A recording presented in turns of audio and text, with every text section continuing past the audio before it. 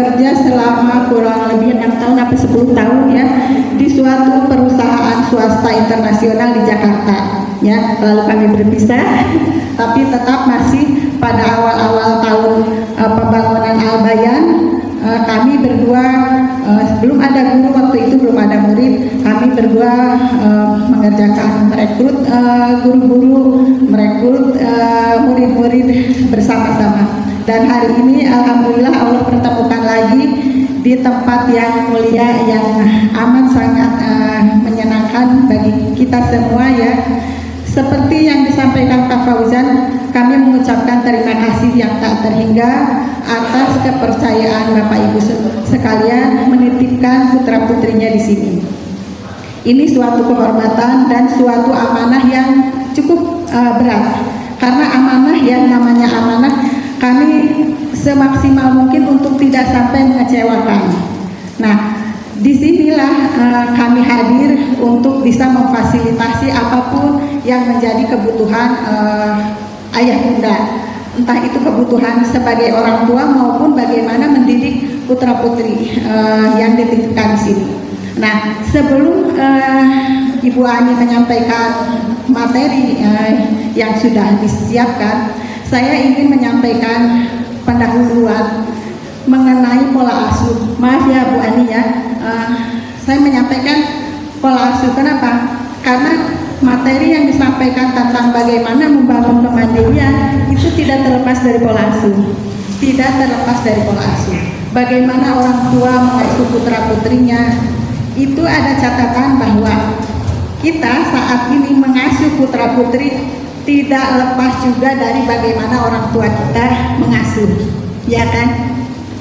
Orang tua kita mengasuh kita seperti apa? Hampir 100%. Hampir 100% itu diadopsi oleh kita, diturunkan dengan cara mengasuh putra putri kita, ya kan? Ini ada bapak ibu ketemu, bapak punya konsep dari orang tuanya, ibu punya konsep dari orang tuanya ketemu, bisa jadi nyambung, bisa jadi juga enggak, ya kan?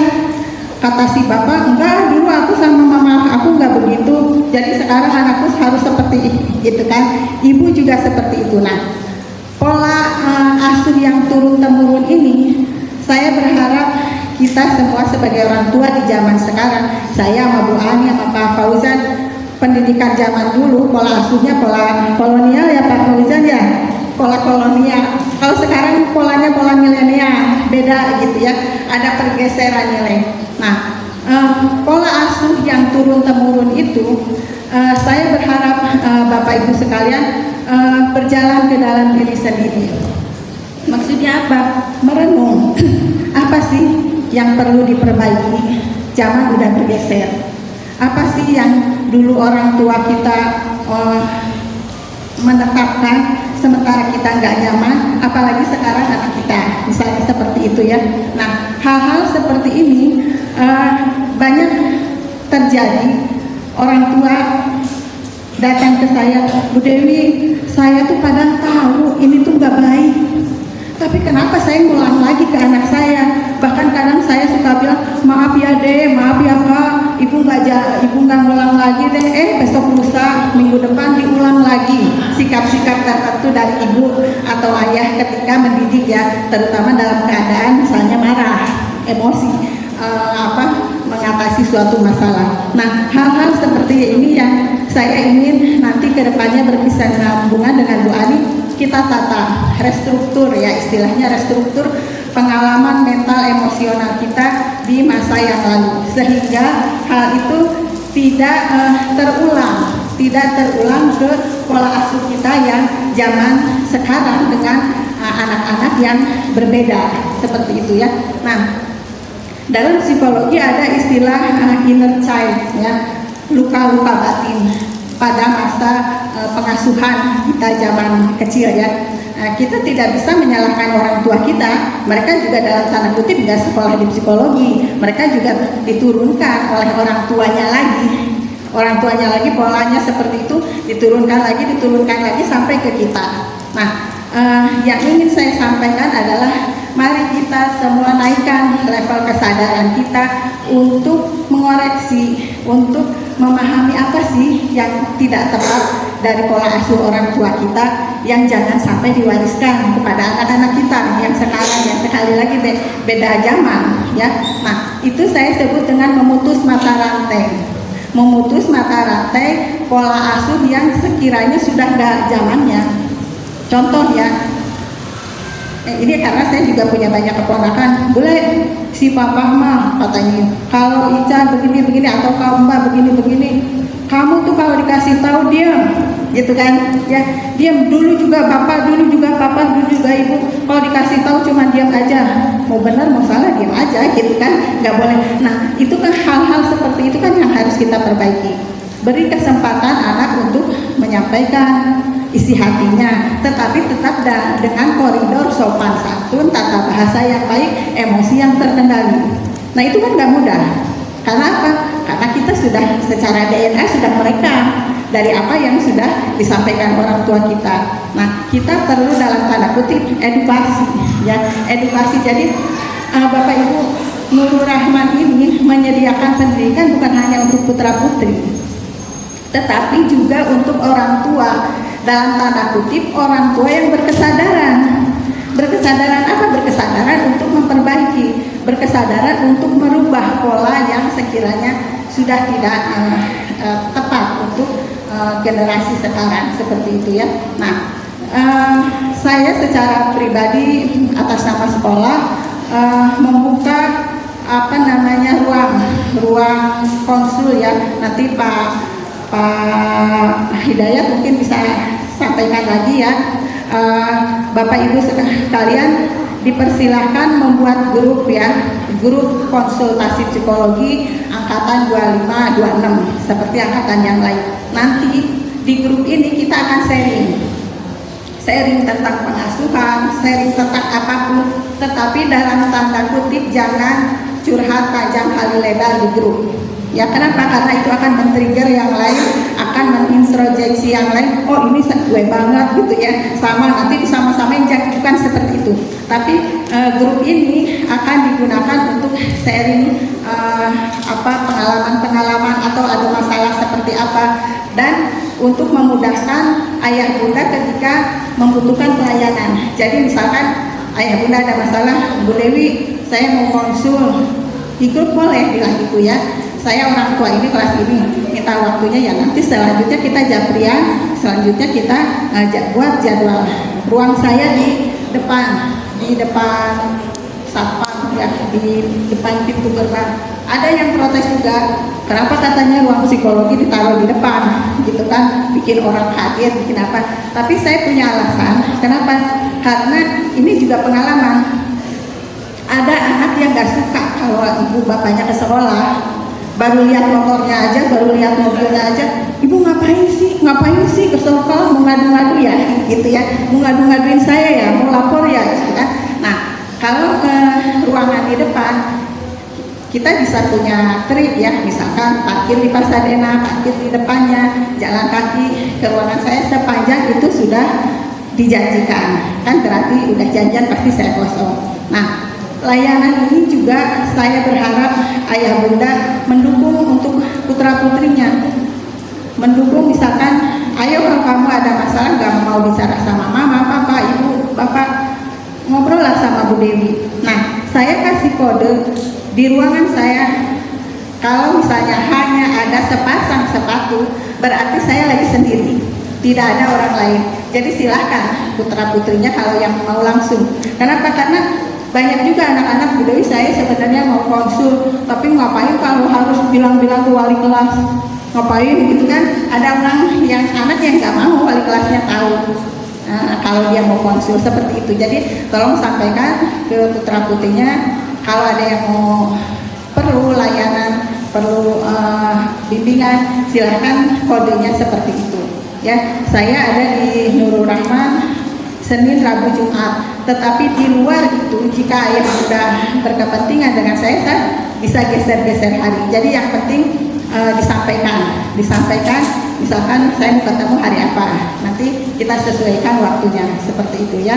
Nah, kembali ke masalah pola asuh. Tadi saya ingin kita supaya berkesinambungan pendidikannya ya. Jadi kita samakan persepsi ayah bunda kalau ingin punya anak yang sehat secara fisik dan mental harus didahului dengan orang tuanya yang sehat juga. Ya jangan pengen anaknya sehat mental tapi ibunya wek gitu kan, ayahnya bla bla bla gitu kan, ya gimana anakmu sehat? Nah untuk sampai ke sana kita tadi kembali harus berdamai dengan diri sendiri, merestruktur pengalaman-pengalaman masa lalu, dan ini bisa dilakukan pada saat ayah bunda konsul. Ya jadi kita berdamai, diperbaiki pola-pola asuh yang dulu kita nggak nyaman. Ya sekali lagi berdasarkan pengalaman banyak orang tua yang sadar, Bu Dewi saya itu padahal nggak suka sama ibu saya atau sama ayah saya diperlakukan begini, tapi kenapa saya juga memperlakukannya ke anak padahal udah janji nggak akan begitu sama saya. Nah ini yang disebut putus mata rantai. Kita potong mata rantainya dan kita perbarui pola asuhnya yang lebih sesuai dengan kebutuhan di masa sekarang, seperti itu ya. Nah jadi saya anjurkan kepada ayah bunda untuk membuat grup, siapa aja yang punya inisiatif silahkan membuat grup konsultasi psikologi. Kenapa tidak dilakukan oleh sekolah, dibuat grup? Karena sekali lagi ini untuk menstimulasi ayah bunda punya level kesadaran untuk memperbaiki diri.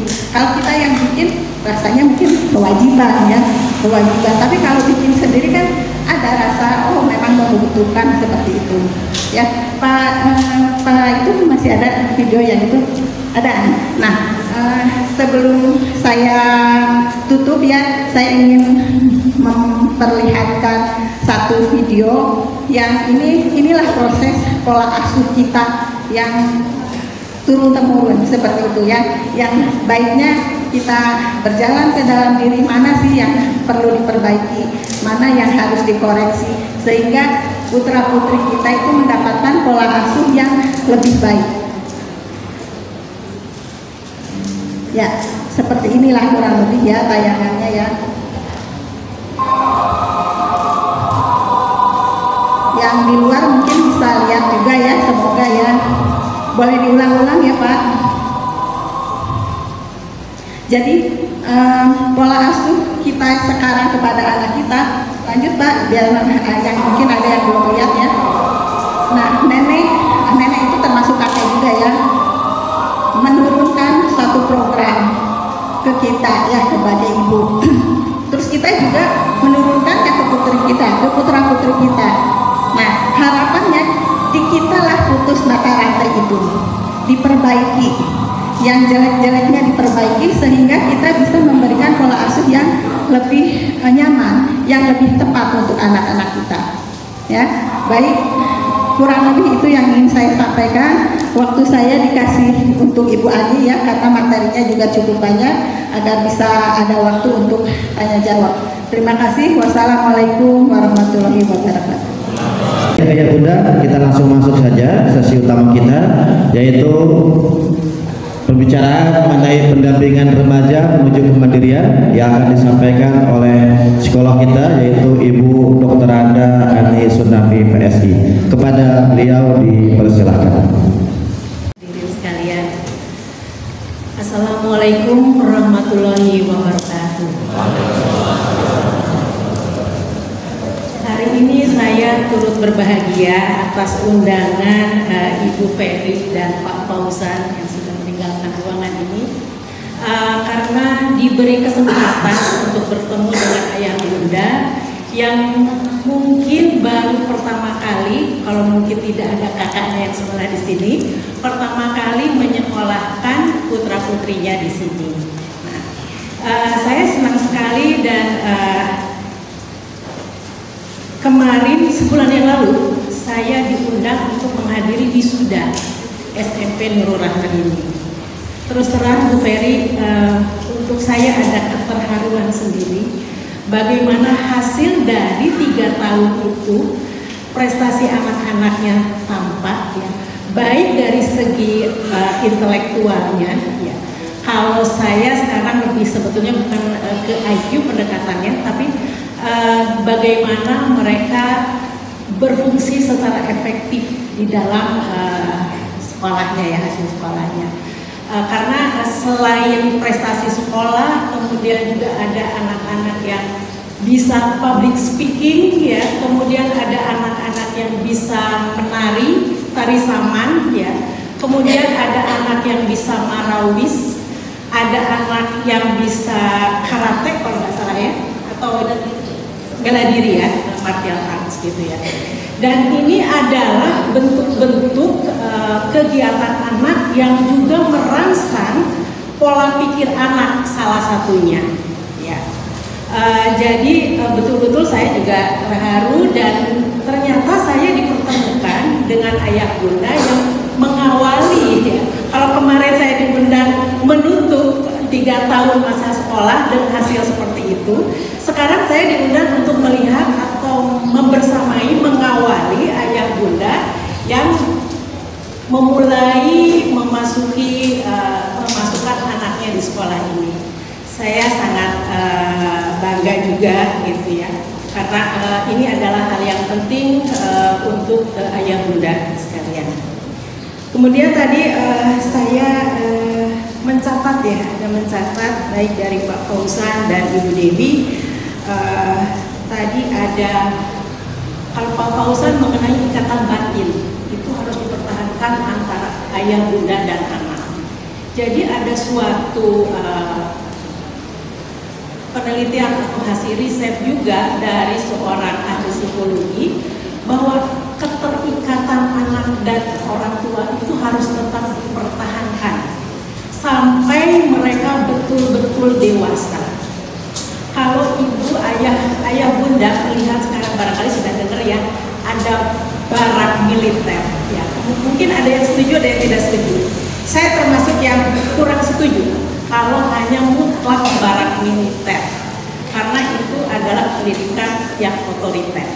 Nah, saya mengulas juga, ibu bapak sudah mengisi kemarin ada kuis ya dari Ibu Peri ya. Nah, di situ ayah bunda diajak, sebetulnya itu merupakan satu refleksi. Diajak apakah gaya parenting saya ada di mana? Ya, apakah ada gaya otoriter, ada gaya permisif, kemudian ada gaya yang mengabaikan, atau ada gaya yang otoritatif? Ya, jadi saya melihat di sini hasilnya. Kalau saya lihat ini membanggakan sebetulnya, karena 80% itu ayah bunda sudah memahami pola asuh yang positif, gaya parenting yang positif. 80%-nya, tangan dong untuk ibu bapak ya. Jadi masih ada 20% yang barangkali seperti tadi gambarnya Ibu Dewi, filmnya Ibu Dewi itu, ketika yang 20% itu kita tidak berhenti sampai sini. Tetap kita harus perbaiki, kita tambah ilmunya karena masanya sudah beda. Kalau tadi Ibu Dewi mengulas bahwa ada anak yang mengeluh atau ibu yang mengeluh kembali lagi kalau realnya seperti itu. Jadi ayah bunda bahwa itu artinya, kebetulan tadi saya tidak menjelaskan dulu siapa saya, maaf. Saya kebetulan adalah psikolog klinis ya. Saya praktek dengan plan itu saya di Sumedang. Yang praktek kedua saya di Bandung. Berhubung di Bandung saya belum mengajukan izin praktek, jadi nggak ada plan kalau di Bandung. Jadi yang prakteknya adalah di Sumedang. Jadi orang tua yang masih kembali lagi ke masa mereka atau beliau kembali ke masa pengasuhan orang tua dulu, bisa jadi ayah bunda belum selesai dengan dirinya sendiri. Ya, itu secara klinis bahwa ayah bunda, ibu bapak belum selesai dengan dirinya sendiri. Masih ada kekecewaan dengan orang tua, masih ada kemarahan dengan orang tua. Mungkin sebagian besar ada yang sudah berterima kasih sama orang tua sampai hari ini ya. Pengalaman saya juga begitu. Saya dulu merasa orang tua saya kok otoriter ya, terutama ibu saya, karena harus jelas di rumah harus seperti ini, seperti ini. Tapi ayah saya alhamdulillah dapat penyeimbang. Ayah saya orang yang sabar, sedikit bicara, tapi mau diajak diskusi. Ayah Bunda mau diajak diskusi, kapanpun saya minta bicara, beliau mendengarkan. Jadi minimal adalah mendengarkan apa yang menjadi pertanyaan-pertanyaan. Mungkin itu ulasannya dari saya yang mengawali ini, dan saya yakin ayah bunda ingin anaknya ke depannya lebih mandiri. Bagaimana ya suatu saat kita tuh tidak ada di dunia ini ya, dan anak kita bisa menyesuaikan diri dengan lingkungannya dengan sehat. Jangan sampai sebelum kita juga meninggalkan mereka, lalu mereka masuk ke lingkungan yang kurang baik. Karena lingkungan kurang baik itu tadi, ketika keterikatan ayah bunda dengan anak itu lepas hilang, mereka mencari keterikatan lain pada kelompok sebayanya. Di mana kelompok sebaya itu dia belum punya pengalaman seperti ayah bunda, mereka belum punya pengalaman hidup ya yang cukup untuk ngajak temennya, untuk nasihati temennya. Akhirnya mereka jadi salah arah karena belum cukup pengalaman mereka untuk bicara dengan teman-temannya. Jadi jangan sampai kehilangan keterikatan itu.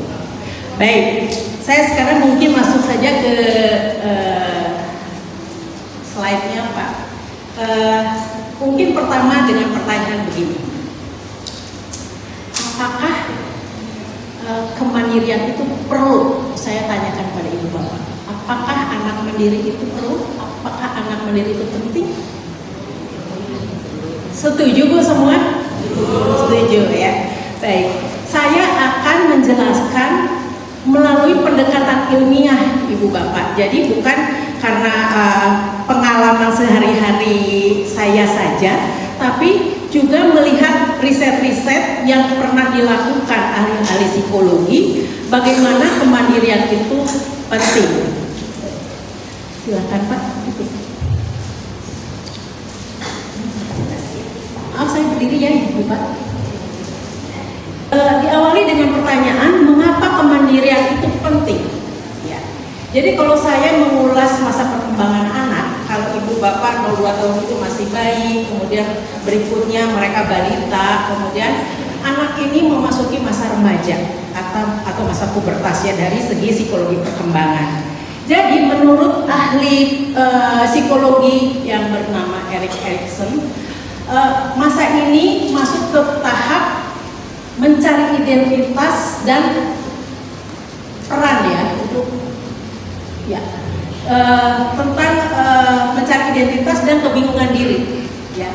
Mereka itu mencari identitas, siapa saya? Who am I? Siapa saya? Apakah saya seperti yang diberikan labelnya sama ayah bunda? Apakah saya seperti yang dilihat teman-teman gitu ya? Dan itu menjadi pertarungan batin, pertarungan pikiran di kepala anak-anak remaja ini.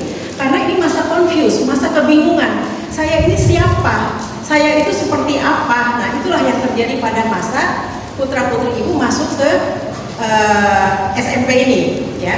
Jadi perlu kita membimbingnya dengan baik. Kemandirian ini menjadi bagian penting dari pembentukan identitas diri yang sehat, ya. Karena ada juga kan anak-anak yang saya mah jago, tapi ketika menghadapi satu situasi gagal, jatuh, kemudian dia menarik diri, atau gagal, jatuh, kemudian dia menjadi agresif. Itu adalah identitas diri yang tidak sehat. Kita semua mengharapkan identitas diri anak-anak kita menjadi sehat, ya. Nah, saya sampaikan ada 6 strategi membangun kemandirian berbasis riset, ya. Jadi ini hasil penelitian ibu bapak, ya, bahwa anak-anak itu harus diberi tanggung jawab yang bertahap kalau ingin mandiri, mereka mandiri. Yang kedua, melatih mengambil keputusan. Yang ketiga, harus dilatih memanajemen waktu ya dan tujuan mereka sehari-hari. Yang keempat, membangun growth mindset atau pikiran yang terus berkembang mengenai bahwa saya itu masih bisa berkembang, bahwa saya itu masih bisa menjadi sesuatu di depan. Itu adalah mindset yang berkembang ya, tidak stuck, tidak bahwa saya itu bodoh, kata ibu saya itu bodoh. Misalnya ketika diajarin, apalagi kalau orang Sunda nih, saya juga di Sumedang tuh suka dari belum. Nah, itu tuh masuk ke kepala anak, identitas diri dia benar-benar tuh bodoh. Nah, itu ketika dia berpikir saya bodoh, saya tidak bisa berkembang. Dikasih matematika saya pasti nggak bisa karena saya udah dianggap bodoh. Saya dikasih misalnya pelajaran bahasa Inggris, ada kata orang tua saya mah nggak akan bisa. Padahal orang tua nggak bilang begitu, hanya bilang bodoh saja, tapi interpretasi anak sudah macam-macam, ya. Kemudian melakukan kegiatan sosial. Tadi sudah disampaikan juga sama Pak Fauzan bahwa ada kegiatan-kegiatan sosial di mana anak-anak itu di sini diarahkan untuk berkegiatan sosial, ya. Nanti akan saya jelaskan lebih detail. Kemudian adanya otonomi dengan batasan. Jadi anak diberi otonomi, diberi satu kewenangan sendiri, tapi dibatasi juga. Kalau terlalu los juga nanti akan berakibat fatal. Baik, saya akan jelaskan satu-satu. Sampai sini ada pertanyaan kan Bapak Ibu? Saya lanjutkan ya. Baik, berikutnya Pak. Nah, tadi saya sudah mengulas yang pertama adalah tanggung jawab bertahap. Apa itu tanggung jawab bertahap? Menurut penelitian White and Jaeger tahun 2007 menunjukkan bahwa remaja yang diberi tanggung jawab rumah tangga menunjukkan self-efficacy yang tinggi. Self-efficacy itu adalah rasa saya sudah berhasil menyelesaikan suatu tugas. Itu penting, Bu. Kalau anak merasa tugasnya tidak selesai, itu berpengaruh kepada kejiwaannya bahwa saya tidak pernah selesai. Nantinya terus dia tidak akan melakukan pekerjaan sampai selesai. Tapi ketika dia puas bahwa saya telah melakukan sesuatu sampai selesai, itu akan mempengaruhi kejiwaan mereka ya. Nah, jadi berikan tanggung jawab yang bertahap, entah mulai dari membereskan kamar tidurnya, itu menjadi baik, itu sangat baik. Anak dilatih untuk membereskan tempat tidurnya sendiri, ya. Kemudian membantu mencuci piring itu baik, ya. Bukan jangan mempersepsi bahwa anak yang mengerjakan rumah tangga itu pekerjaan pembantu atau dulu kasar banget pekerjaan bagus. Itu jangan sampai kita punya pikiran begitu, jangan sampai punya mindset seperti itu bahwa membantu mencuci piring itu, membersihkan rumah itu adalah suatu pemberian atau latihan tanggung jawab yang bertahap, mulai dari rumah, gitu ya. Kemudian mengatur jadwal belajar, biarkan dia mengatur jadwal belajarnya sendiri. Nanti di ujung nanti saya akan beri sedikit latihan atau nanti disesuaikan ibu dan bapak dengan schedule itu ya. Kemudian bagaimana dia juga diberi kesempatan untuk mengelola uang saku. Katakanlah setiap hari dikasih, ayah bunda memberi uang saku nggak tiap hari ke anak? Berapa sih Bu? Antara berapa sampai berapa? 10.000. Itu satu hari. Jadi kalau 5 hari belajar ya Pak ya, 50.000. Nah, bagaimana kalau nanti dicoba kasih 50.000 untuk seminggu? Dia gunakan uang itu untuk apa saja? Itu adalah melatih dia mengelola uang saku. Itu adalah latihan bertanggung jawab. Karena kalau uang itu habis, ayah bunda jangan memberikan lagi tambahan. Hanya itu seminggu 50.000. Itu adalah latihan pada anak untuk mengatur uang saku. Ya, nanti ini akan berefek tuh nanti ke depan. Sampai nanti dewasa dia akan tahu bahwa uang itu berharga dan dia harus mengatur keuangan dengan baik. Ya.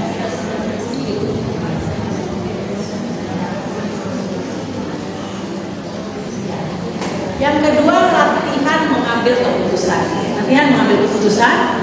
Menurut Steinberg itu tahun 2014 ya, 2005 ya. Kemampuan mengambil keputusan berkembang optimal ketika remaja diberi kesempatan belajar dan dari konsekuensi alamiahnya. Jadi begini, seperti contoh tadi aja saya pakai lagi ya. Anak dikasih 50.000, itu harus cukup seminggu, 5 hari. Nah, ketika habis, konsekuensinya apa? Dia nggak punya uang jajan lagi. Misalnya 3 hari udah habis, 2 hari konsekuensinya kalau kamu ngabisin, 2 hari kamu nggak dapat lagi. Nah, itu adalah latihan dia. Wah, kalau saya menggunakan uang ini lebih cepat habis, konsekuensinya saya tidak punya lagi 2 hari berikutnya. Jadi itu adalah latihan ya. Latihan bagaimana pengambilan keputusan dilatih dari sisi ini ya. Kemudian latih anak untuk mengontrol diri. Ya, itu juga ada satu latihan anak mengontrol diri. Bagaimana dia harus mengatur ini keluar jangan. Misalnya kalau gitu hari ini saya keluarkan 5.000 dulu, masih ada 45.000 4 hari ke depan. Atau besok saya nggak pakai dulu, artinya masih ada sisa. Di ujung kemungkinan dia bisa menyimpan uang 20.000 sisanya. Nah itu akan baik ya.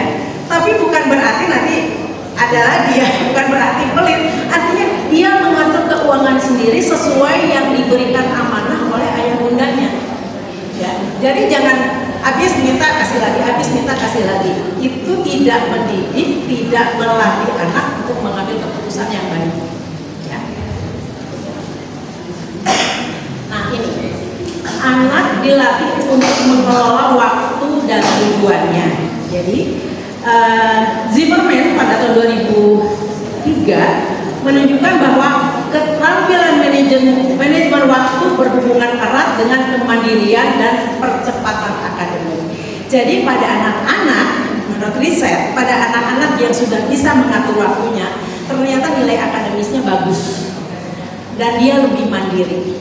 Saya punya contoh, ada anak SMP itu sering ngobrol dengan saya, kebetulan keponakan saya sendiri. SMP dari anak adik saya yang ini dengan SMP dari adik saya yang katakanlah A dan B berbeda Bu.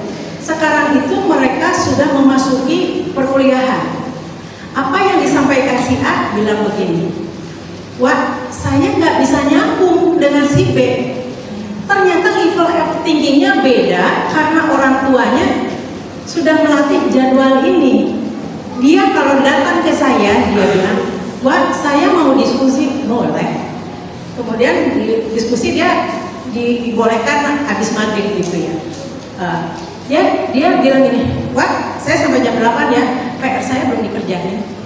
Artinya dia mengatur sendiri, orang tuanya nggak perlu, telepon itu PR udah selesai belum, jangan kemana-mana, lalu curiga lagi main. Dia sedang diskusi sama kawan. Dia itu pandai memanfaatkan waktu. Oh, wajah ini psikolog, saya mau nanya gitu, mumpung gratis. Kalau ke psikolog lain mungkin bayar ya, Nah, jadi dia manfaatkan itu. Ini dari jadwal yang diserahkan orang tuanya kepada putranya. Yang satu tidak memberikan itu, jadi agak berbeda. Hasil riset ini membuktikan, ya. Riset membuktikan, nah kalau acara TV itu kan riset membuktikan bahwa anak yang bisa membuat jadwal untuk dirinya sendiri itu akan meningkatkan nilai prestasi akademik. Ya. Nah, selain dia mengatur sehari-hari, misalnya jam 5 dia harus sudah bangun, sholat subuh, kemudian sarapan, mandi, siap-siap ke sekolah. Di sekolah sekian jam, ya itu nanti sekian jam saya belajar berapa jam, kemudian istirahat, isoma, kemudian pulang, lalu sampai selesai itu dia punya jadwal. Nah itu kan jadwal harian yang terkait dengan sekolah atau kegiatan belajar. Ketika hari libur tiba, ibu kasih juga rangsangan, bikin dong jadwal buat hari libur. Dia bikin lalu bicarakan bersama. Misalnya libur 2 minggu, yang seminggu mau kemana ya? Dia akan diskusi dengan ibu bapak, mau kemana, mau di mana, juga diatur dengan keuangan. Wah jangan jauh-jauh, uang ayah sama ibu nggak cukup, kita kesini aja yuk, gimana menurutmu? Jadi orang tua tidak langsung memutuskan pokoknya kesini aja, uangnya nggak cukup. Enggak, Bu, enggak seperti itu. Tapi undang anak untuk membuka diskusi. Oh, yang ini sepertinya uangnya nggak cukup, gimana kalau kesini? Jadi kasih banyak alternatif dan putuskan sama anak. Oh, yang ini, ibu setuju, ayah setuju, karena liburannya itu anak jadi senang gitu, karena dia juga dilibatkan. Karena sekarang ini saya dapat keluhan juga dari ibu bapak gitu ya. Dia sekarang udah nggak mau ikut-ikutan. Kalau pergi sini nggak mau tinggal di rumah aja. Oh, mungkin tuh udah ini ya, udah remaja ya. Nggak gitu juga sih, Bu. Kalau ayah ibu pandai-pandai mengelola anak, dia akan ikut dengan senang hati, ya. Dan nanti permainannya, liburannya itu dibicarakan bersama, itu akan lebih menyenangkan buat mereka. Kemudian juga membangun, tadi saya sudah ulas, membangun growth mindset. Jadi mindsetnya itu harus berkembang. Tidak fix kalau saya itu begini, kalau saya itu begitu. Jadi menurut Carol Dweck itu tahun 2006, remaja yang percaya bahwa kemampuannya dapat dikembangkan itu lebih tahan terhadap kegagalan dan lebih mandiri. Jadi dia tahu mengantisipasi, dia tahu kapan gagal, dia lebih resilience ya, lebih tangguh, lebih tahan menghadapi kegagalan. Jadi karena di kepalanya ada mindset yang selalu bertumbuh, selalu berkembang, dia tidak kehilangan cara untuk bangun kembali dari kegagalannya. Jadi itu baik sekali untuk membangun growth mindset. Jadi jangan dicap atau di label sama orang tua bahwa kamu tuh begini, kamu tuh begitu, kamu tuh begini. Biarkan otaknya bertumbuh dan berkembang supaya mereka itu mencapai prestasinya dengan bahagia. Ya. Kemudian masih yang tadi. Nah, akui dan hargai usahanya seperti tadi disampaikan oleh Pak Fauzan. Jangan mengharapkan hasilnya saja. Jadi yang kemarin saya lihat, wah hasilnya bagus banget ya, 3 tahun di umur Roma itu banyak aktivitas yang positif pada anak-anak. Tapi pasti ayah bundanya dan guru-guru itu prosesnya itu nggak mudah ya Bu, dalam 3 tahun itu. Nah, prosesnya itu yang perlu ibu-ibu sadari, ibu-ibu lihat pada anak-anaknya, putra-putrinya. Waktu gagal dia gimana? Apakah dia bisa bangkit? Apakah dia tidak sedih? Apakah dia bahagia? Karena kalau saya ngutip ada prevalensi kesehatan jiwa, sekarang itu paling tinggi di remaja itu depresi Pak. Depresi karena dia tidak mampu menghadapi kegagalan dalam kehidupannya. Kemudian ketika dia depresi, kalau ibu pernah dengar ada anak yang ibu tahu istilah barcode? Ya, jadi barcode itu bukan hanya ada di supermarket tuh kita lihat harganya, ini barcode harganya berapa atau ini produksi mana, bukan. Jadi barcode itu anak-anak melukai tangannya, jadi pakai alat tajam, entah silet, entah cutter, entah kaca, karena bergaris-garis, istilahnya disebut barcode. Jadi ibu dengar ya. Ayah bunda dengar kalau anak sudah bicara misalnya dari depan dengan temannya ada barcode, kemungkinan itu melukai diri sendiri. Itu hati-hati. Jadi kalau misalnya ayah bunda mendapatkan anaknya ada ciri-ciri menarik diri, coba konsultasi ke konselor sekolah dulu. Nah, nanti konselor sekolah bisa bekerja sama juga dengan saya, bisa berdiskusi bagaimana menangani anak ini. Karena misalnya sudah jatuh depresi, sudah jatuh ke kalau ibu, saya sebetulnya sangat miris ya kalau dengar ini. Orang tuanya berpendidikan tinggi dua-duanya, tapi anaknya, ibu mungkin mendengar beberapa kasus yang saya lihat, anak-anaknya bunuh diri Bu. Entah menjatuhkan diri, entah melukai diri, entah minum racun. Itu karena depresi dia tak tertahankan. Karena apa? Tertutup komunikasi dengan orang tua. Kepada siapa saya bicara? Teman belum tentu memberikan juga ya saran-sarannya, apalagi kalau temannya sama-sama depresi. Tapi kalau ayah bunda sudah melihat, mendeteksi, oh anak saya ini sedihnya kayaknya nggak biasa deh, gitu ya. Dia kayaknya sedih tapi nggak bisa nangis. Nah itu hati-hati Bu, karena nangis itu sebetulnya salah satu pelampiasan emosi untuk melegakan tekanan batin. Tapi ketika dia sedih tidak nangis, coba ibu catat. Lalu obrolkan, mungkin kalau misalnya malu tadi ada grup orang tua untuk konseling gitu ya. Ibu langsung ke psikolognya, ada Ibu Dewi. Bu saya mau tanya aja. Kalau misalnya nanti perlu misalnya ada terapi, saya insya Allah bisa bantu. Ya.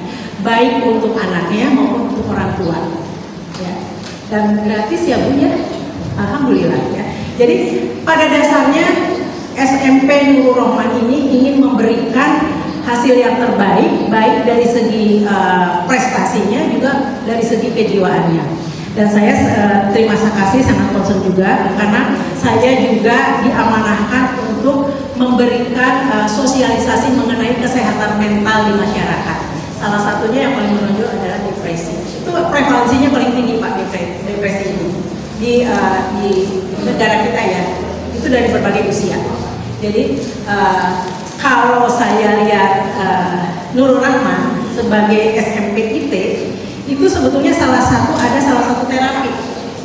Ketika sholat dengan baik, Pak, dengan benar, dengan khusyuk, itu adalah salah satu meredakan emosi Pak.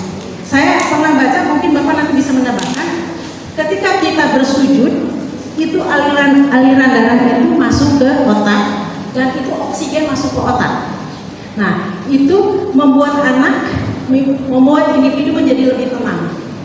Nah, ketika tidak sholat itu emosinya masih tetap bertahan di situ. Jadi sholat itu sangat baik untuk terapi ketenangan. Asal kita tahu apa yang terjadi ketika kita sholat. Mungkin nanti bisa ada kelas Bu, sholat itu efeknya seperti apa, bisa ada kelas seperti itu ya. Itu salah satu dari sisi agama. Dari sisi psikologi nanti mungkin nanti saya kasih masukan Bu, ada kelas terapi untuk diri sendiri, boleh untuk ibu ayah bunda yang misalnya mau meredakan emosi, bisa dilakukan. Nah kemudian tadi ada berkegiatan sosial dan jadi sukarelawan. Dorong anak untuk berkegiatan sosial dan lihat yang positif ya Bu. Apakah entah pramuka, OSIS itu positif ya, pramuka atau komunitas seni seperti tadi saya sampaikan di sini sudah terabsorb ya kegiatan-kegiatan itu. Atau misalnya itu ada anak sedang menyeberangkan orang tua, itu adalah latihan dia berempati dan peduli kepada orang tua di sekitarnya. Kalau di luar saja dia bisa begitu, insya Allah ke orang tuanya juga dia respect, hormat, peduli dan sangat membantu ya. Kemudian kenapa ada anak yang dalam komunitas menanam apa itu kalau di pantai itu apa ya Pak? Tanaman yang di pantai untuk mencegah ombak itu namanya mangrove ya, mangrove. Itu kalau anak-anak ada komunitas menanam mangrove itu ada satu pengalaman dia memberikan kehidupan selain kepada pohonnya juga kehidupan kepada masyarakat supaya tidak terkena ombak pantai yang begitu keras kalau ada badai. Itu jadi meluas gitu ya, bagaimana kegiatan anak bisa membangun cara berpikir, kepedulian ya, dan membuat anak lebih percaya diri ya. Kemudian ada otonomi dengan batasan. Tadi saya sudah sampaikan, anak-anak diberi otonomi, diberikan kewenangan ya. Kemandirian membutuhkan otonomi ya, karena dia akan percaya diri kan. Tapi juga harus ada batasnya, gitu Pak ya. Riset dari Growling dan Ryan itu menunjukkan bahwa hubungan otonomi tanpa kontrol, jadi ibu-ibu tetap harus mengontrol ya, meskipun memberi kewenangan, tapi kontrolnya harus fleksibel ya. Anak itu akan menjadi bingung kalau dia dilepas, karena memang masa-masa SMP itu masa bingung, masa mencari jati diri, masa confuse ya, saya siapa. Kemudian dia dilepas begitu saja, dia bingung kepada siapa saya bertanya. Terus kalau di sekolah aja nggak mau diketahui sama orang tua. Nah, ketika dia tidak mau diketahui orang tua, jangan-jangan dia takut bicara dengan orang tua. Kalau dia takut diketahui masalahnya oleh orang tua, ini hati-hati buat ibu bapak, tanda-tanda bahwa keterikatan mulai menjauh. Ketika anak butuh orang tua, sebetulnya keterikatannya masih ada. Alhamdulillah kalau dia masih terikat dengan ibu bapak di rumah, karena dia mengharapkan ibu bapak itu juga sebagai pengarah ya, direction ya, kepada anak-anaknya. Saya juga bisa. Nah, itu hanya untuk menunjukkan bahwa saya tidak mau terlalu terikat sama orang tua. Tapi sebetulnya ada cara bagaimana keterikatan itu harus tetap kita jaga sampai dia siap untuk menjadi dewasa. Jangan sampai ikut kelompok-kelompok yang mengarahkan mereka, gitu ya. Jadi jangan ibu bapak jangan sampai memberikan mereka arahan dari orang atau kelompok yang kita tidak kehendaki. Ya. Keep them with us, gitu ya. Dan itu kalau ada kesulitan silakan. Itu memang tidak mudah. Merawat anak, mendidik anak itu tidak mudah. Perlu orang untuk kita bicarakan. Perlu ilmu lain yang bisa kita serap, kita pelajari. Tidak hanya tadi yang seperti Ibu Dewi bilang, tidak hanya pendidikan yang turun-temurun. Jadi saya juga merasakan itu. Tapi ketika kita punya mindset positif, mindset berkembang bahwa oh saya harus belajar lagi. Karena ini belum tentu tepat untuk anak-anak saya. Jadi seperti itu. Tetap kita terus belajar ya, supaya air di gelas itu menjadi bening. Yang tadi filmnya Ibu Dewi ya. Kemudian saya sedikit aja ulas mengenai teori ya, penelitian dari Nick dan Ryan ini. Salah satu fondasi penting dalam teori motivasi ada yang disebut sebagai self-determination theory ya. Itu self-determinasi adalah kemampuan individu untuk mengambil keputusan, tadi sudah dijelaskan. Kemudian mengatur diri sendiri, kemudian mengembangkan otonomi dan mengambil tanggung jawab. Jadi latihlah anak-anak untuk mengambil tanggung jawab juga ya, tanggung jawab, kemudian mengembangkan otonomi diri, dan mereka akan lebih percaya diri di lingkungannya. Ya, akan lebih percaya diri, akan lebih apa sih istilah sekarang, shining gitu ya, lebih shining, tapi karena dia bahagia, bukan shining yang dipaksakan, tapi karena dia shiningnya yang bahagia ya, berkat arahan dari ayah bundanya juga di rumah. Ya. Dari sekian pembicaraan itu, analisis saya adalah ketika memberikan pilihan dan mendengarkan anak itu adalah salah satu dari aspek membangun kemandirian. Kemudian menjalankan alasan di balik aturan. Kalau ibu bapak, ayah bunda pasti aturannya kan berbeda-beda di rumah. Beri aturan tapi jelaskan. Kenapa ayah memberikan aturan ini, alasan ini. Kenapa ibu memberikan aturannya seperti ini, dijelaskan. Dan tadi seperti yang disampaikan oleh Ibu Dewi, kompak. Jangan ayah tidak boleh ibu di belakangnya. Bolehlah, mumpung ayah lagi keluar. Enggak boleh bu. Harus konsisten, harus kompak. Kalau enggak, dia akan mencuri-curi apa yang dia senang dengan bicara pada ibu, tidak bicara pada ayah. Dan itu melatih anak untuk cheating. Ya tahu ya bu ya, cheating ya. Jadi dia mencuri-curi kesempatan untuk mengambil kesenangan sendiri. Makanya itu hindari. Ayah ibu harus kompak, gitu ya. Kemudian mendorong inisiatif, bukan memaksa. Jadi kasih dorongan, jangan paksakan, dorongan aja. Banyak-banyak dorongan kepada anak supaya anak juga lebih bahagia dalam melakukan tindakan-tindakannya. Jadi hasilnya adalah ketika anak mandiri, anak lebih termotivasi, percaya diri dan percaya diri ya. Jadi tadi ulasan-ulasan saya bahwa kemandirian itu dibentuk dari pola asuh ayah ibu yang otoritatif ya. Otoritatif itu bukan otoriter. Kalau otoritatif itu memberikan kesempatan pada anak untuk diskusi, memberikan berbagai alternatif ya, supaya anak lebih cerdas memilih. Karena di lingkungan luar biasa ada orang menyatakan bahwa lingkungan itu adalah hutan belantara. Jadi ketika ayah ibu melepas tanpa bekal yang cukup, bayang gak sih Bu, anak masuk hutan tanpa map, tanpa peta, tanpa ini di mana, ini arahnya sudah di mana, jalannya ada di mana, kemudian tidak ada tanda-tanda di hutan itu untuk diikuti supaya dia tidak tersesat. Itulah perumpamaan ketika anak di lingkungan, masuk ke lingkungan yang luas ini dengan berbagai macam gadget, internet, ada pornografi, ada game yang tidak saya baca bahwa Roblox itu juga berbahaya ya, karena di dalam Roblox itu, Ibu pernah dengar Roblox?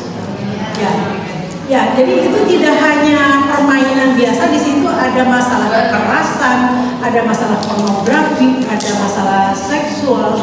Kemudian apakah Ibu pernah mendengar permainan role play?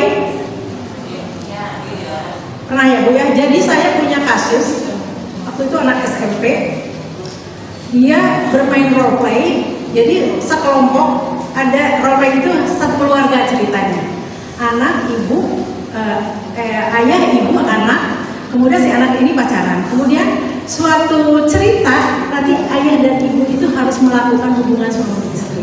Bayangkan di imajinasi dia, di imajinasi mereka yang bermain itu adalah harus melakukan hubungan suami istri. Mengerikan ya waktu saya mendengar. Dan saya mengajak diskusi, apakah kamu yakin bahwa pasangan kamu itu seumuran dengan kamu? Enggak Bu, usianya udah 40 tahun. Bayangkan Bapak Ibu, ada predator di dunia maya yang mengajak berhubungan suami istri pada anak remaja umur 15 tahun waktu datang ke saya. Jadi hati-hati dengan permainannya. Ibu bapak perlu tahu supaya bisa mencegah anak untuk bermain game yang terlalu jauh gitu ya. Jadi itu namanya role playing. Jadi bermain peran. Kalau bermain perannya jadi pemain sepak bola dan pemain badminton mungkin itu aman ya. Tapi ketika permainannya sudah mengarah pada permainan suami istri, dokter pasien yang dibiaskan, itu berbahaya sekali ya. Nah ini terakhir barangkali ya, jadi sebelum kita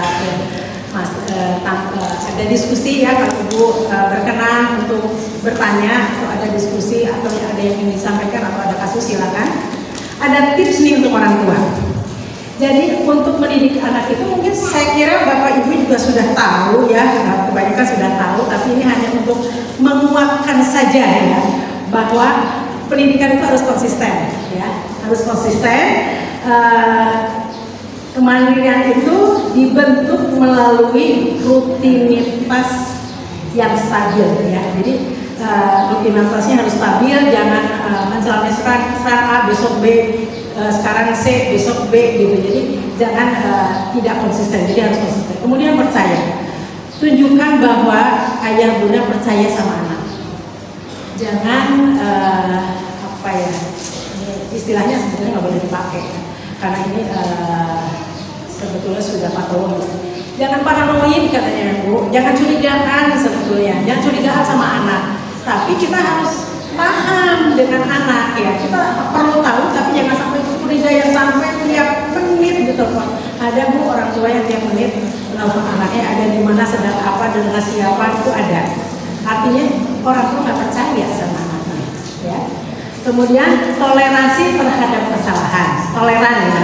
Jadi kalau anak melakukan kesalahan, karena gini, kalau anak misalnya piringnya jatuh, piring keramik ibu jatuh, ada orang tua yang marah piringnya jatuh. Tapi kalau kita pikir lagi, ayah bunda membeli piring itu keramik, kalau jatuh pecah nggak sih Bu? Pecah. Kenapa harus berpikir atau harus emosinya dikeluarkan untuk memarahi bahwa piring itu piring mahal, apalagi kalau piring harganya Bu. ternyata yang mengingat belinya di mana karena harganya mahal, terus pecah, emosinya nggak keluar. Padahal ujung dari pendidikan itu adalah bagaimana anak bertanggung jawab terhadap pecahnya piring. Udah beresin aja, pecahnya kan nggak berguna, bersihkan, buang, selesai. Apakah ada luka di anak? Tidak ada. Jangan sampai anak luka gara-gara ibu sayang sama barang atau mobil karena gores ketika anaknya bawa motor ke garasi, marahlah si ayah karena dia menggoresnya. Si anak tuh dimarahin dengan kencang karena ayahnya begitu sayang sama mobilnya, udah bersih, rapi, kinclong, lalu anak menggores dengan stang motornya, marah. Anak sudah luka pak, dia dimarahin. Apakah jiwa anak seharga kinclongnya mobil? Nah itu berpikir lagi. Jadi kita lebih mengarah kepada bagaimana anak berkembang, bukan bagaimana materi kita atau mobil kita dipertahankan selalu dalam keadaan kinclong, gitu ya. Jadi ujungnya lebih ke anak, ya, perkembangan anak.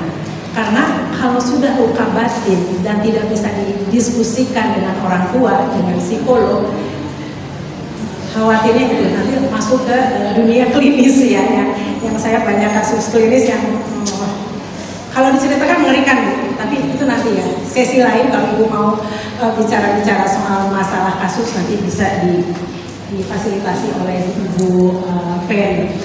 Nah jadi harus toleran terhadap kesalahan. Kemudian ya tadi sudah saya sampaikan tipsnya ya, diskusi secara terbuka Bu, supaya kita tahu apa pikiran anak, apa emosi anak, kemudian apa perilaku anak. Kadang-kadang kita perilaku kita membuat anak-anak itu emosinya tertekan, lalu dipendam, ada yang agresif keluarnya, ada yang ke dalam depresi. Jadi pasif dia, gitu ya. Jadi ini perlu dicatat ayah bunda bahwa nanti lihat ciri-ciri anak. Mungkin suatu saat juga nanti bisa bagaimana sih melihat ciri-ciri anak yang kondisinya sudah ada masalah psikologis, ya, supaya ibu dan ayah di rumah itu bisa melihat apakah anaknya sedang bahagia atau anaknya ada masalah, ya. Baik, paparan saya sampai di sini. Barangkali ayah bunda ada yang ingin ditanyakan, saya membuka supaya lebih banyak yang bertanya. Mari kita diskusikan bersama, siapa tahu jawabannya bukan hanya dari saya, ada ayah lain yang punya pengalaman yang luar biasa atau ibu lain yang punya pengalaman luar biasa, kita sharing. Setuju Pak, Bu? Ya, baik, saya buka diskusinya. Kalau ada yang bertanya silahkan. Terima kasih Ibu atas paparannya yang sangat menarik sekali. Saya orang tua murid nama Aisyah, sekarang baru MPLS ya. Jadi cukup baik sekali acara ini. Parenting yang terus terang ilmu yang penting untuk kami sebagai orang tua yang di awal itu kan banyak pengalaman ya. Tadi juga disampaikan banyak sekali bahwa membiasakan untuk menyelesaikan pekerjaan rumah, kemudian kemandirian, kemudian juga diskusi secara terbuka, kemudian perilaku dari orang tua sendiri yang jangan sampai membuat anak depresi. Pertanyaan yang coba saya sampaikan ke Ibu adalah bagaimana praktek terbaik terutama bagi anak perempuan saya yang mulai masuk SMP, yang mungkin terbiasa sehari-harinya mungkin ketika SD dulu sering diingatkan harus dinternya subuh masih harus dibangunkan, itu terbentuk kebiasaan yang lebih mandiri lagi.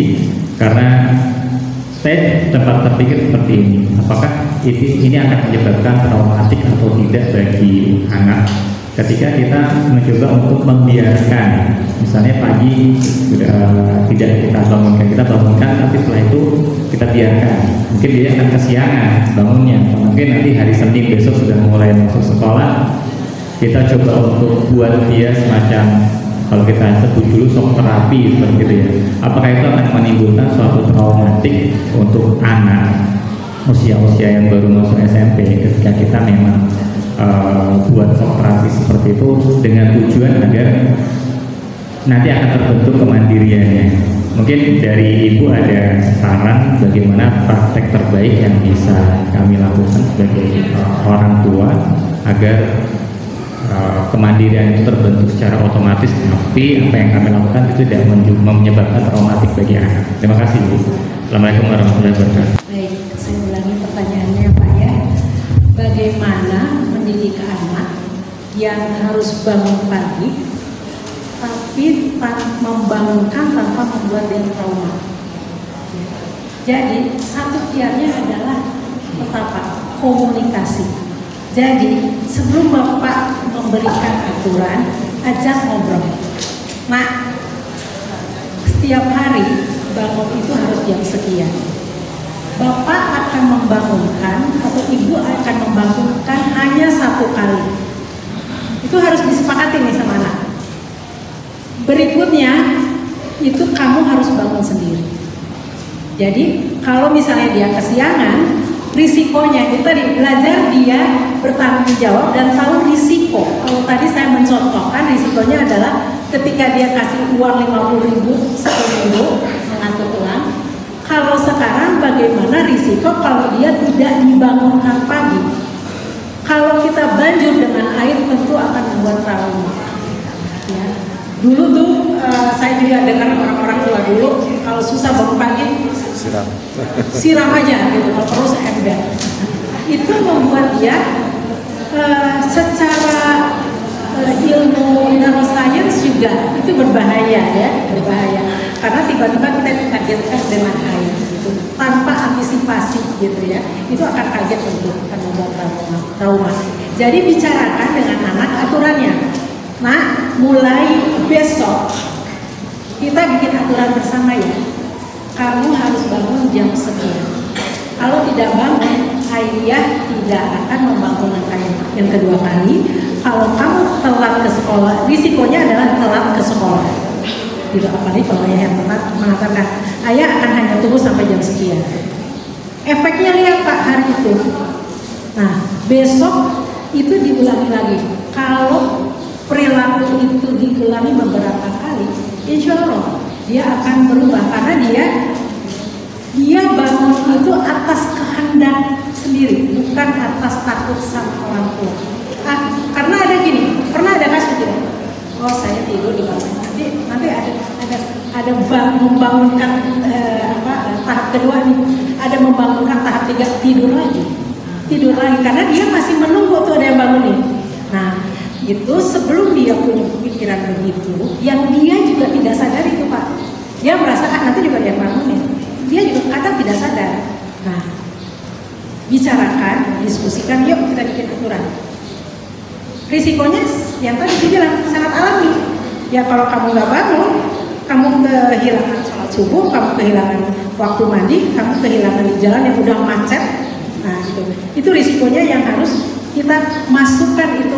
Barangkali dia nggak sadar dengan data kan kita harus install tuh ya datanya. Kalau siang sedikit aja jalanan macet. Mungkin pintu sekolah sudah ditutup ya Pak ya. Ada aturan nggak? Ditutup kan? Nah pintu sekolah sudah ditutup. Kamu mungkin akan kembali dan waktumu sia-sia. Nah itu dibicarakan Pak. Jadi anak diajak ngobrol seperti orang dewasa tentang risiko-risiko yang akan terjadi. Gitu. Jadi dengan sendirinya bapak-bapak juga ayah bunda itu mengajarkan anak untuk dewasa di situ bahwa apa yang dia lakukan itu atas kehendaknya sendiri, dia tahu tanggung jawab. Barangkali itu Pak. Itu kan ada waktu nih Pak ya. Jadi menurut Gebermet itu setiap orang yang punya masalah psikologis hati-hati dia punya trauma masa kecil. Jadi tadi saya colek sedikit. Jangan-jangan ayah bunda belum selesai dengan dirinya sendiri. Artinya, kemungkinan ayah bunda punya trauma masa lalu yang belum selesai, sehingga misalnya mengharapkan anak harus begini, mengharapkan anak harus begitu, perilaku metode pendidikannya tidak dirubah karena dia masih terkena pengalaman masa lalu masa kecil. Dan ingat Bapak Ibu, trauma itu bisa terjadi dari usia 3 tahun dan dia ingat. Saya punya kasus, maaf, usia 3 tahun dia dilecehkan. Dan itu membuat kasusnya dia sekarang sudah jadi dokter, tapi luka batinnya tidak selesai. Pendidikannya terus bisa, tapi dia tidak bahagia itu Bapak, karena ada luka batin yang tidak terselesaikan. Ya di usia dewasa baru dia ke psikolog. Nah, daripada nunggu dewasa, meskipun prestasinya kan kita juga mengharapkan anak mandiri dan bahagia ya Bu ya. Kalau anak berprestasi tinggi tapi dia tidak bahagia, saya sendiri merasakan sedih, bisa merasakan bagaimana luka batinnya ketika dia dilecehkan pada waktu kecil. Misalnya oleh tetangganya, dia tidak berani bicara sama orang tua. Jadi budaya komunikasi yang hangat dengan pelukan, ibu yang memeluk anak-anak, ayah yang ngobrol dengan hangat, itu insya Allah bisa mengurangi trauma psikologis, dan mudah-mudahan tidak ada trauma psikologis pada masa ini. Ya, saya pernah, maaf ya saya bicara tentang ayah saya. Waktu itu saya pergi ke silaturahmi ke rumah saudara, jauh ya karena lama nggak pernah ketemu, di Pangalengan. Anak itu sudah dewasa, laki-laki. Dia bilang begini, Teh, saya itu terkesan sama Uwa. Kenapa? Jadi waktu saya kecil, saya datang ke Bandung, Uwa itu nanya ke saya seperti saya diperlakukan seperti orang dewasa. Ngobrol di ruang tamu biasanya kayak orang dewasa. Nanya, terus dia balik menjawab, terus dia juga boleh nanya, Uwa kerjanya di mana? Dan itu nempel sampai dia usia siap menikah. Jadi bayangkan kalau yang dia alami adalah pengalaman negatif dan traumatis, nempel itu sampai nanti. Jadi ayah bunda jaga anak-anaknya jangan sampai dapat luka psikologis, karena itu efeknya akan jauh. Yang tadi saya contohkan, bisa jadi dia sampai dokter juga dia merasakan ketidakbahagiaan karena ada trauma psikologis. Ini untuk refleksi saja. Jika masih ada, nanti ada cara bagaimana kalau itu teringat harus diapain nih, gitu ya. Kalau kita teringat masa lalu yang traumatis harus diapain? Apakah cukup dengan latihan atau perlu ke psikolog? Karena psikolog akan menggali lebih banyak traumanya. Beda ya, trauma yang baru sebentar sama yang udah lama itu beda. Jadi terapinya akan berbeda juga gitu ya. Ada terapi ada yang tanya ke saya, Bu, kalau masalah ini bisa berapa pertemuan? Saya bilang nggak bisa langsung. Saya harus cek dulu kedalaman traumatisnya sampai mana. Ya, nah kalau kita sudah tahu baru kita bisa merencanakan. Ini kita bisa terapi berapa kali pertemuan. Ya. Kalau ringan ngapain berlama-lama gitu ya, karena psikolog juga capek Pak gitu ya. Tapi ketika ringan sekali saja, oh ini hanya itu saja, mungkin sudah selesai. Atau 2 kali pertemuan, sekali saya menggali, yang kedua sudah terapi sudah selesai.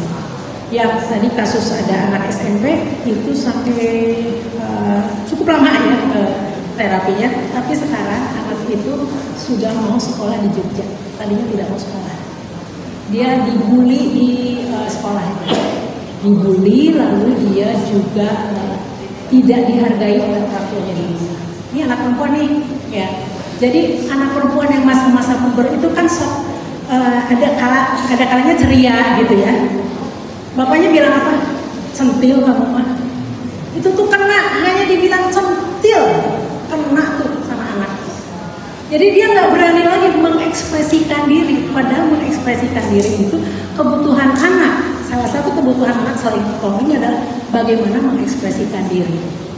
selama itu tidak melanggar aturan agama, misalnya tiba-tiba dia bukan kerudung, misalnya udah dilatih pakai kerudung gitu ya di sekolah, di rumah, tiba-tiba dia buat kerudung mau ke Alfa misalnya buka. Nah itu kita harus bimbing lagi gitu ya. Jadi perhatikan anak-anaknya, jangan sampai bapak atau ayah bunda mengomentari anak yang efeknya itu buat anak ternyata berbeda dengan anak perempuan lainnya. Hanya dibilang centil, kemudian dia ingin selalu dia tidak bisa mengatakan tidak pada teman-temannya, apapun yang diminta temannya dikasih. Karena apa? Aku kehilangan kasih sayang, takut nggak ditemenin, karena dia nggak percaya diri gitu. Nah itu sudah kasus-kasus klinis Pak. Jadi hati-hati, jangan sampai ayah ibu memberikan tanpa sadar, memberikan luka batin pada anak-anak. Demikian ya Pak, tambahannya barangkali ya. Terima kasih. Berhubung sudah menyampaikan terkait dengan trauma, jadi mungkin kita sebagai orang tua juga nggak tahu kalau anak itu sebenarnya posisinya itu sudah mengalami trauma atau dia sampai ya seperti yang disampaikan.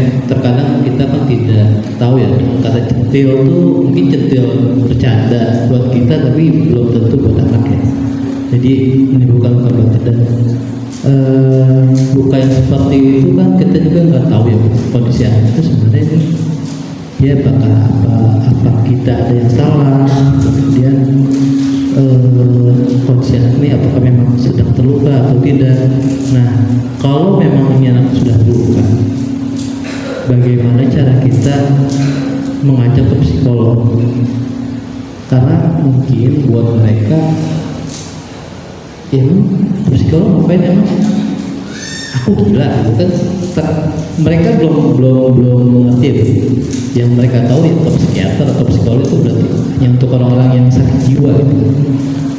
Nah terus kalau misalnya kita melihat kondisi anak kita kok kayaknya anaknya merenung ya, apa kalau misalnya kita ajak diskusi dia terbuka, berarti kan kita perlu pihak ketiga, bilang lagi psikolog. Terus bagaimana cara kita mengajak anak kita tuh ke psikolog supaya ayo kita maksa juga nggak mungkin. Kalau misalnya kita ngajak secara secara dengan paksaan juga takutnya ada juga malah tersinggung gitu ya. Jadi baiknya gimana ya? Mungkin itu aja. Kebetulan saya ini ditugaskan punya program Dinkes untuk melakukan sosialisasi di wilayah masing-masing pada psikolog klinis. Saya datang ke puskesmas untuk melakukan sosialisasi apa bedanya psikiater dan psikolog. Baru kemarin hari Rabu saya di Sumedang, saya ke satu puskesmas yang puskesmas rawat inap di saya. Jadi saya sosialisasikan ke nakes dulu. Ternyata nakes itu di puskesmas juga nggak tahu tuh Pak perbedaan psikolog dan psikiater. Jadi wajar sekali kalau ada orang tua atau masyarakat umum tidak tahu bedanya psikiater dan psikolog. Jadi kata dokternya di sana, kepala puskesmasnya, ya Bu, kalau ke psikolog disangkanya ODGJ. Kalau dulu mah lebih kasar ya, gila gitu ya, ODGJ. Jadi psikiater dan psikolog itu bedanya adalah kalau psikiater itu dari dokter yang ambil spesialisasi psikiatri. Jadi dia disebut psikiater. Karena dasarnya medis, beliau boleh memberikan obat. Kalau depresi antidepresan, kalau cemas anticemas, semuanya dengan obat. Ya. Kemudian boleh nyuntik karena medis ya. Psikolog berbeda. Psikolog itu langsung belajar psikologi. Itu ada bermacam juga Pak. Ada psikologi klinis, saya termasuk psikologi klinis dengan ini. Ada psikologi pendidikan, ada psikologi industri dan organisasi. Nah, psikologi klinis itu dia boleh praktek dan dia tidak boleh praktek, saya ada bilang, tapi tidak boleh tidak boleh nyuntik, apalagi ilmunya nggak ada. Meskipun misalnya ada orang yang terbiasa nyuntik karena misalnya suntik insulin ya, tapi kan ini beda ya, ini medis. Jadi itu bedanya psikolog dan psikiater. Nah, sekarang itu saya sedang mensosialisasikan bahwa ke psikolog itu bukan hanya ODGJ, bahkan ODGJ saya akan refer kalau memang perlu dia obatnya, karena ada psikotis namanya. Psikotis itu udah kehilangan kontak sosial, Pak.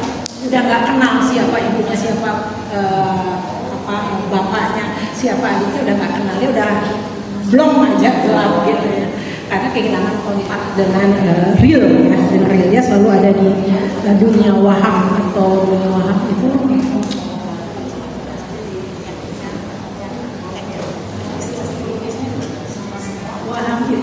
jadi bayangan-bayangan yang realitasnya jauh dari realitas. Nah, kalau satu lagi bahwa gangguan kejiwaan itu tidak hanya terjadi pada orang sakit jiwa itu. Kita ini semua mengalami kesedihan. Sedih boleh, bahagia boleh, tapi sedih yang berlebihan larinya ke depresi. Dan cemas, kita kan ada kecemasan. Kecemasan itu penting, misalnya untuk besok ujian, saya harus, kalau nggak cemas nggak belajar dong. Nah gitu. Saya mau berkendaraan cemas, saya harus hati-hati, saya harus siapkan. Nanti kalau saya masuk tol itu, kalau padat saya bisa berlama-lama. Antisipasinya adalah saya harus cari isi dulu tiket tol supaya nanti saya tidak ngantri di pintu tol yang harus bayar, jadi lama kan. Jadi kecemasan itu penting dalam tingkat wajar. Tapi ketika kecemasan berlebihan, misalnya sudah mengganggu kegiatan sehari-hari, ada tanda-tanda. Kemudian tadi contohnya, bagaimana saya mengetahui anak saya ada tekanan kejiwaan lah ya. Belum gangguan, karena gangguan juga itu bergradasi Pak. Ya, tidak semua disebut gangguan kepribadian gitu ya.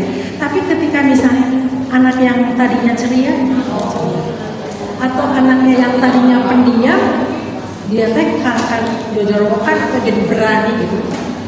Bisa jadi kepribadiannya, atau bisa jadi efek obat, bisa loh. Efek obat misalnya tiba-tiba dia kenapa ya?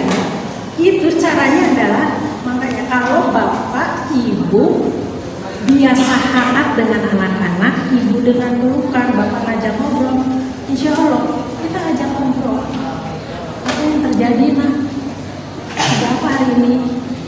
Kemarin ada apa? Gitu. Jadi ngobrol biasa aja, ngobrol biasa. Jangan langsung ke pengamatan bapak udah menduga nih. Jangan-jangan anakku gini kan? Ada apa kemarin? Kemarin main sama siapa? Gitu ya. Jadi ngobrol aja. Gimana senang? Atau pulang dari sekolah senang? Bisa jadi di sekolah dibully, bisa jadi guru misalnya tidak tahu, pulang ke rumahnya jadi pendiam. Nah itu ayah bunda harus bertanya, ada apa nak? Tapi jangan dulu berprasangka buruk. Ini sekolah nih nggak mengamati anak saya, karena tadi lagi kembali pendidikan anak adalah tanggung jawab bersama orang tua dan guru. Jadi kembali lagi komunikasi. Kalau anak sudah terbiasa komunikasi dengan ibu bapak, akan mudah diajak ngobrol. Tadi beberapa contohnya akan mudah diajak ngobrol. Apa yang terjadi, kemudian bagaimana perasaanmu hari ini? Bisa jadi dia sedih, bisa jadi dia euforia. Nah, itu bapak akan bayar nanti. Kalau misalnya tadi pertanyaannya bagaimana mengajarnya gitu ya?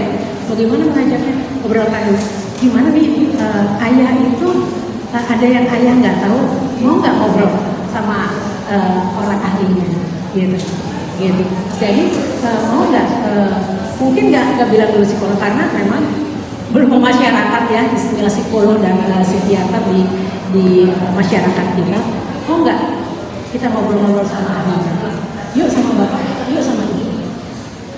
Gitu. Jadi ajak dia untuk ngajaknya seperti itu. Jangan ini mah doa nggak seperti medis. Yuk kita ke dokter jantung. Dan orang mah bangga banget pas sakit jantung.